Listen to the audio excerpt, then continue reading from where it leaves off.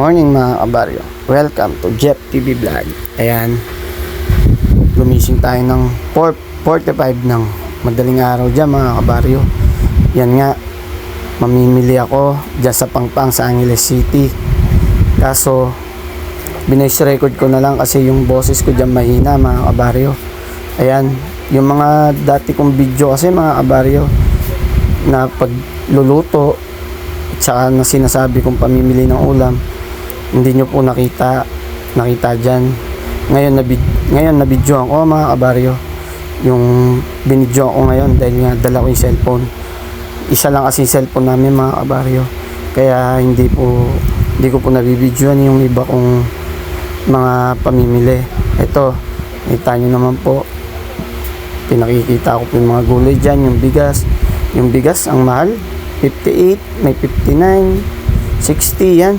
Buti na lang di tayo bumibili ng bigas mga kabaryo, dahil nagpapalit na lang tayo sa City Hall mga kabaryo ng bigas. Number 1 sa akin yun na nakakatipid ako, kaya ulam na lang yung binabudget meal ko. Yan, makikita nyo po yung mga sari-saring gulay dyan.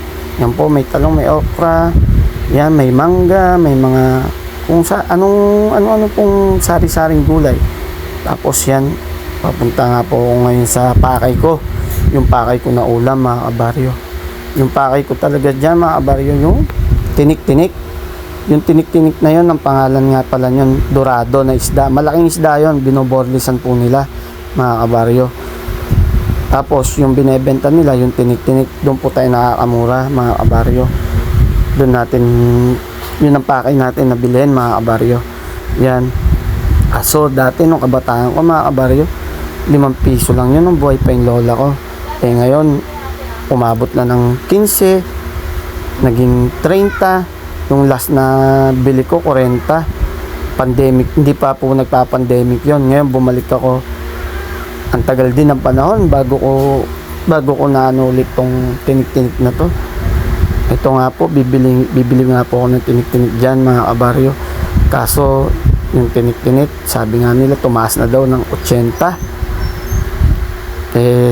Nakausap yung nagtitinda dyan mga kabaryo, sabi niya mga kabaryo, yung tinik-tinik daw is 80.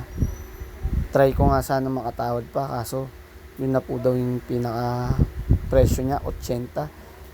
Kaso yung nakatipid na daw ako dun ng 20. Dati talaga po daw ang presyo niya 100 yung tinik-tinik. Yan nga po mga kabaryo, pinapakita ko na po dyan yung mga karne mga kabaryo. Sana may natututunan po kayong aral sa mga ginagawa ko. Tsaka budget meal sa ulam mga kabaryo, number 1 po yan. Dahil inuulit ko nga po, hindi na po ako bumibili ng bigas, dahil nagpapalit po kami ng bigas sa City Hall. Yan nga po yung karne. Yan, malapit na po tayo dyan sa tinik-tinik na pakay ko mga kabaryo.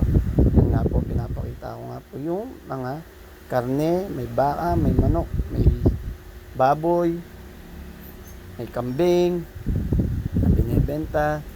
Yan, yung pakay talaga natin dyan mga kabaryo. Yung tinik-tinik nga, inuulit ko, yung kasing tinik-tinik na yon, mura lang po kasi. Yung budget meal natin is 300 pesos lang po mga kabaryo.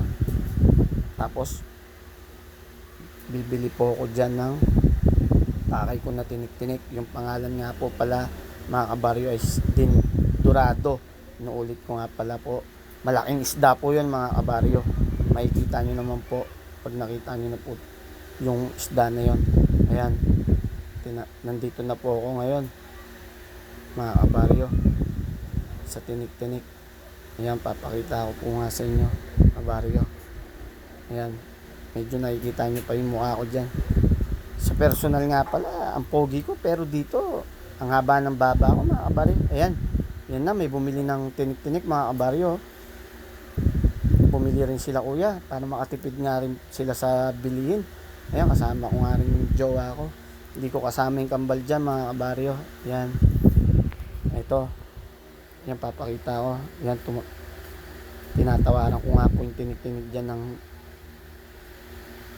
kaso. Yan nga po yung tinik-tinik mga kabaryo na denorado. Ang laki pong isda niyan, tignan niyo yung ulo, kitang kita naman po. Yan yung tinik-tinik ko, malaman po yan mga kabaryo kung kung ano lulutuin nyo pag yan ang binili nyo dyan sa Pangpang, Angeles City.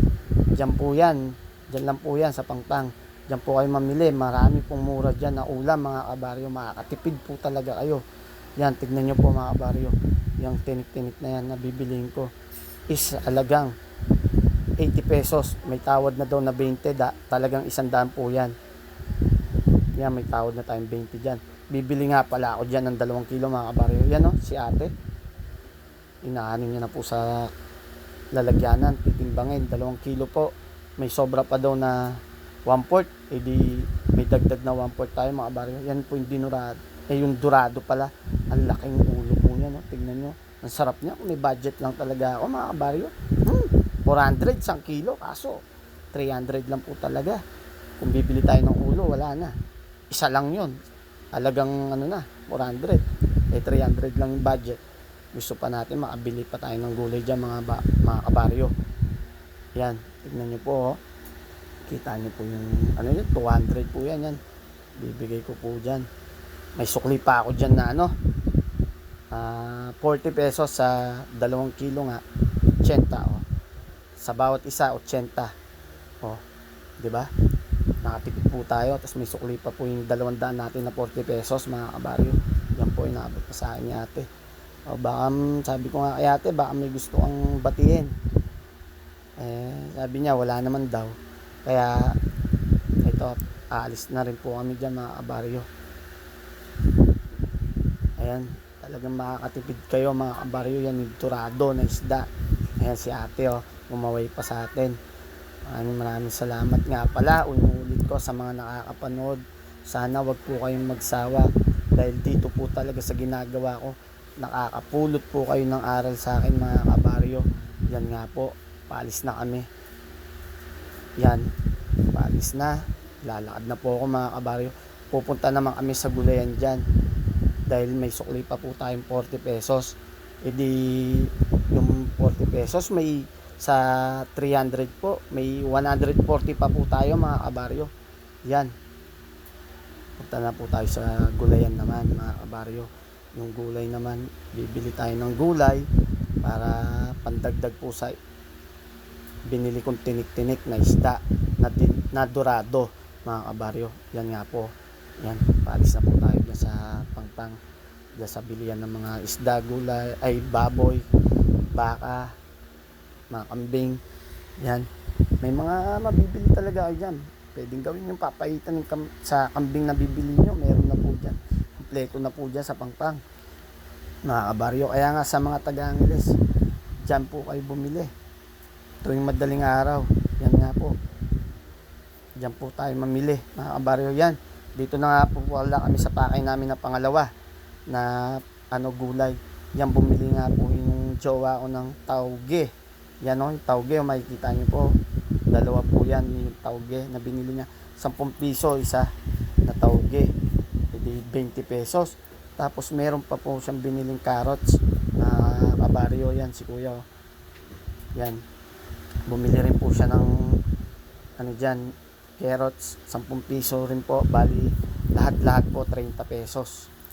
Oh, di may 110 pa po. Ayan o, kumaway pa si kuya, oh.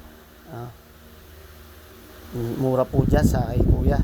Hindi ko na po natanong yung pangalan ng nila, ng tindahan nila mga kabaryo. Yan, binigay ni jowa ko yung 100. May sukli pa kami dyan, 70 pesos mga kabaryo. Ito, paalis na nga pala po kami mga kabaryo. Maraming salamat po sa nakakapanood. Sana nakakuha po kayo ng aral sa katipiran mga kabaryo. Maraming salamat. Keep safe sa lahat ng mga nanonood. God bless po.